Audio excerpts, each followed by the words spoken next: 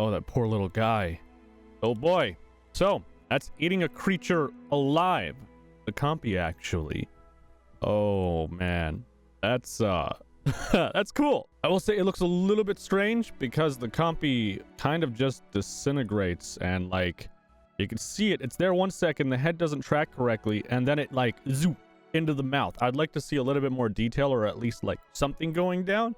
But I know it's still in development too, and this isn't the final product. I assume this isn't the final product, but it's still cool. Hello, friends. So, we're back in the Isle. I hope you're enjoying the music. I believe this is new music that was created for the Isle. So, you're going to be listening to this beautiful stuff through the video. I'm going to start this video off a little bit slow because I have a lot of merchandise and logos to show you. Then we move into a Q&A session and some updated Recode stuff. I'm going to quickly flash through these. Looks like we have an Isle logo with a Hypo Giga skull. Moving on, we have merch, which are hoodies and t-shirts. I've been pushing for these for years, so I'm really happy they're finally doing something about it. We got a water canteen here, which is pretty cool. It looks like a movie prop, actually. Then we have a water bottle as well. I will have like 10 of those.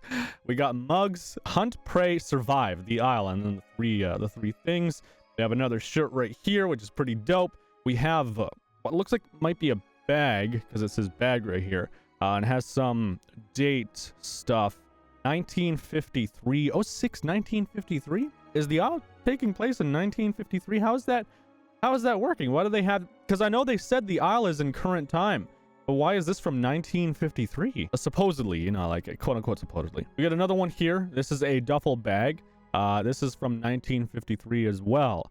That's weird because the Isle isn't taking place in 1953. It's taking place in current time, from what I understand. So I wonder why that's like that, unless maybe it's equipment that's taken off the island or the lore base. And here is the Gallimimus. Looks like its neck. I'm expecting its neck to just get really, really long and be the main feature that changes. The body gets a little bit bigger, obviously. All right, and that's the entire Gallimorph from baby to adult. Not too much changes, except the neck seems to get a bit longer. Now, there was also this image right here, which was shared by Paradigm on Twitter. You have the Dilo skull. This looks like the Spino skull, and then the Pteranodon one I think is down right here. And this is the Pteranodon, obviously, and then we move into the logo for this, which I believe is just the Utahraptor claw, and it has the skull and spear, obviously iconic to the Isle. And then this camera roll again. Obviously, though, we know the most important one, which is the Nyctotyrannus art. Now, this won't be on merch. This won't be on anything like that, guys. This is just fan art of the Nyctotyrannus in an Isle themed logo. It's like promotional stuff for the Isle, basically. This won't be on merch. I'm not going to do that. Now we move into the Utahraptor doing its stuff. All right, so it has sounds now.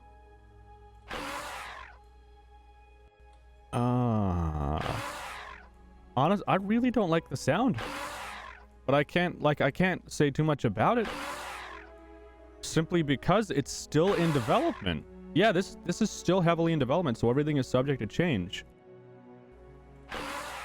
I do hope they change it, like the sound itself.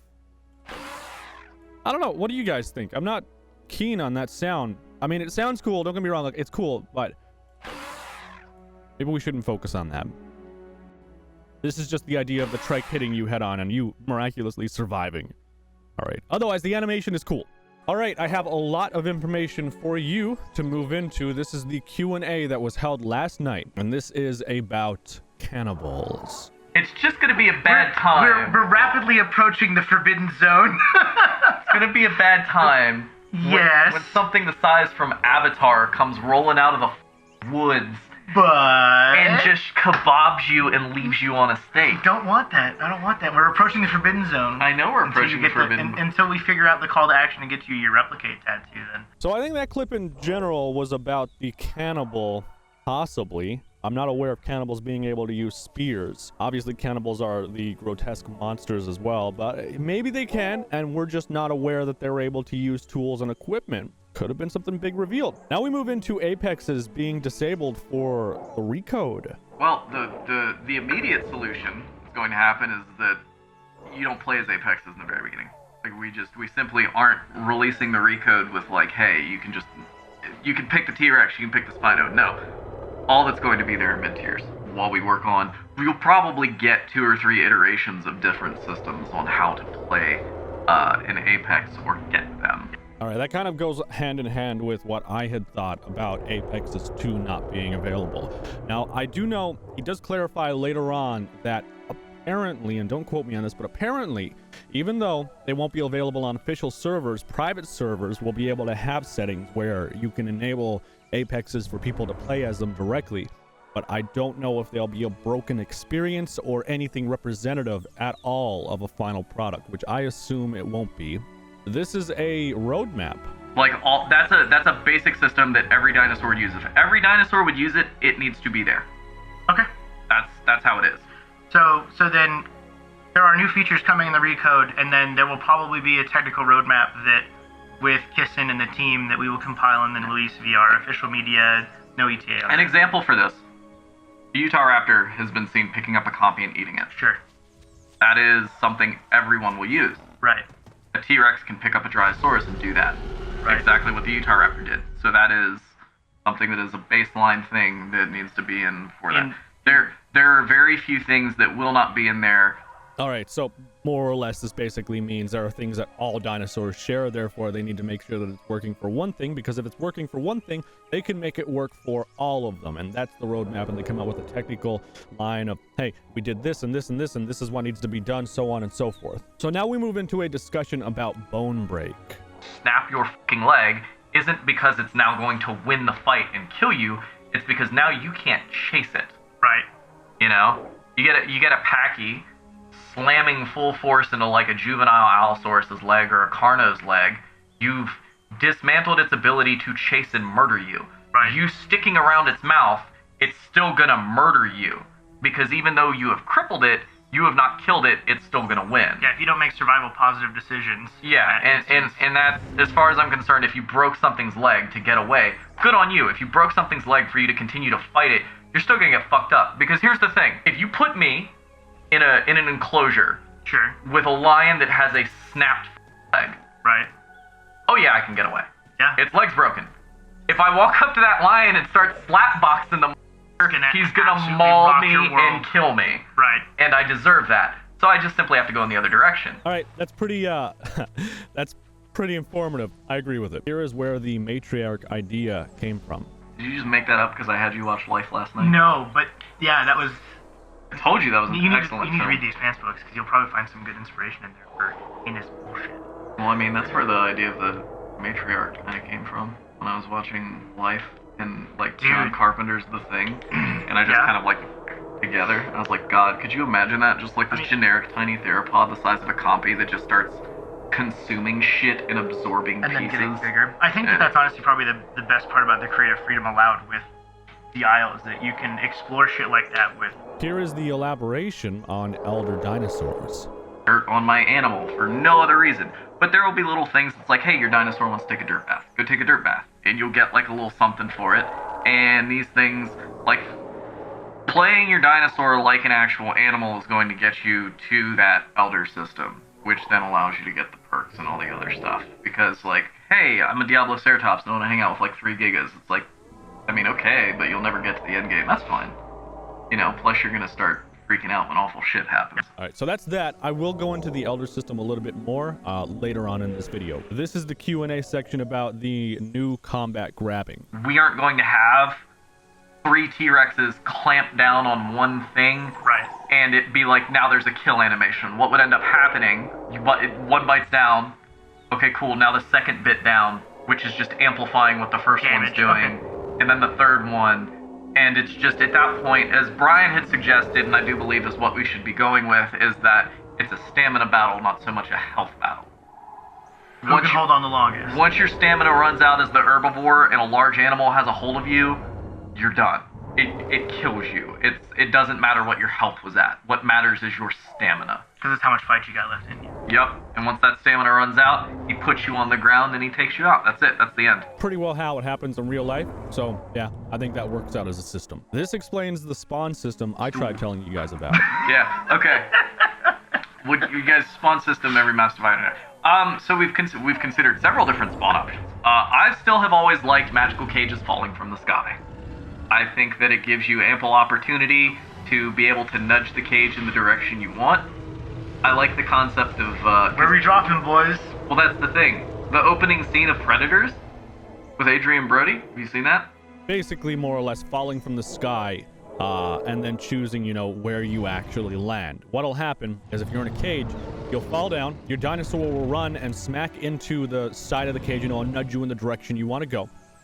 And then from there, when you get to the critical point, your parachute comes out, the cage hits the ground, and then explosive charges detonate on the door, blowing it open so you can walk out. So even spawning, to an extent, gives away your location and where you appeared, obviously, because of the explosion, if they go that way with the explosion.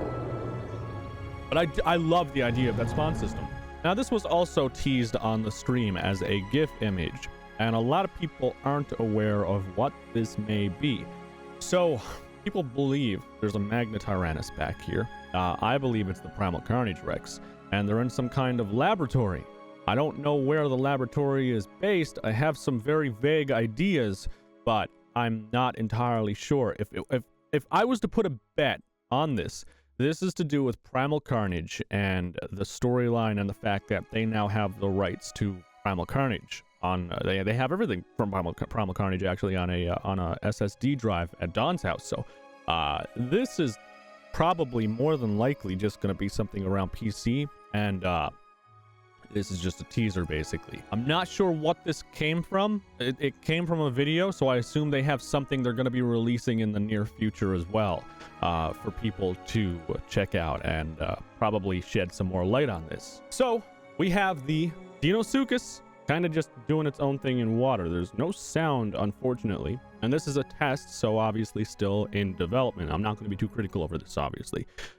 This is testing the movements of up and down animations, turn improvements, and swimming alignment as well. So given it's going to be, you know, a little bit of a buggy mess sometimes, and some things just won't look correct. Looks like they're making some progress on it, though. The tail is a little bit stiff. Going down into the water, it's kind of like a free fall motion, but I mean, the effect of water isn't there as well. So like, you can't see that you're in water basically. Looks like the snout went through the ground, but I don't know if there's a way that they can actually stop that. I do know they have a system with dinosaurs where, you know, if you walk into a wall, your stuff won't go through the wall and it'll angle away, because obviously you don't want that to happen. I mean, the movements look pretty fluid so far.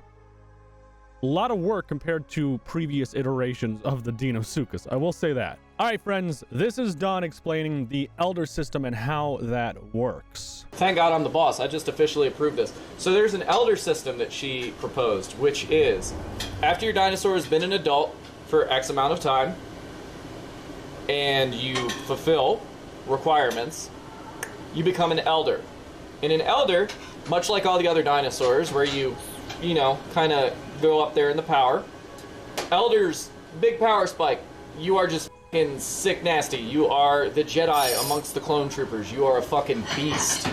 And then over time, that power slowly tapers off. And then you actually become weaker than the average adult dinosaur of your own species. However, the Elders have this wonderful ability called Shmimimi, which means they lay down, Time to go to sleep. they close their eyes, and they don't wake the back up. Someone tell Corporal Shepard. Yeah, and you get to then take, well, you basically select perks that then transfer into your next life forever. So becoming an Elder several times, you get to add more perks onto your dinosaur. So you basically, by living life over and over and over, become the best you that you can possibly be.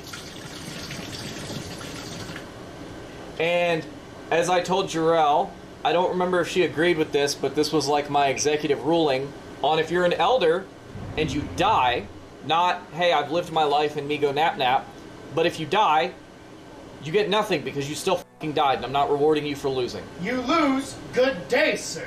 Exactly. Don't steal physics with me.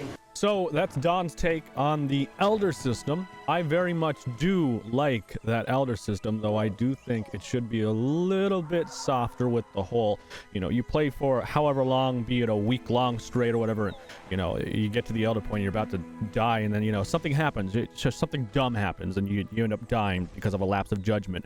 I think maybe you should get like half the ability to get a point then or something like that, and then obviously the benefits are immensely better if you make it all the way to your natural, end of life, you forever sleep basically. But otherwise, confirms we're getting elder dinosaurs. They get really strong, and then they get really old and weaker than their adult counterparts. So I guess there's going to be a window of opportunity for clans that are playing the Isle to say, hey, you got an elder, let's time this out so when you log in, we can go mess up this clan that has, normal adult Rexes or normal adult Trikes and push them out of their land before you get too weak to do that.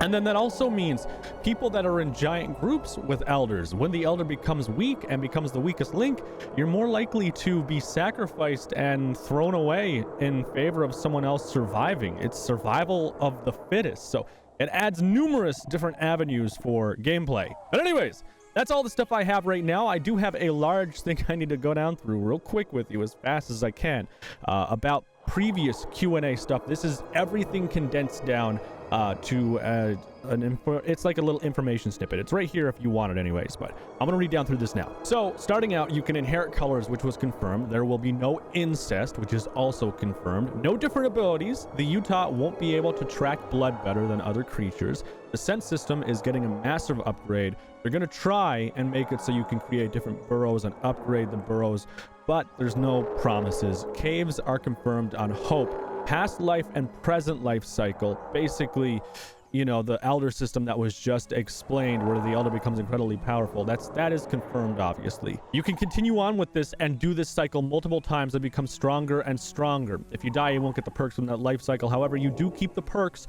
from the previous one. So if I was an elder and I died of old age and I start out as a new Rex and I get to elder again, if I die, I don't lose the previous perks. I keep those forever. There's going to be a queue system for entering full servers that it's going to highly be likely that they put that in. The environment will affect your scent. Going through rivers will mask your scent. Flying dinosaurs will hurt themselves running into trees. Basically flying into trees. Don't count on the replay system either. Sexual dimorphism won't change anything but the look of the dinosaur, and you will be able to vote for dinosaurs to be kicked out of a group. Nest invites will tell you what species you'll be. Nutritional systems are definitely going to happen, and there's going to be better spawns for dinosaurs. For instance, dinos might spawn in swamp areas, etc. Reduced friendly fire or some mechanic to help against friendly fire is planned under Brian's discretion. The dino will lose stamina when swimming. Plans for having the map more interactive as a whole. Different nutrition for dinosaurs will be at specific locations.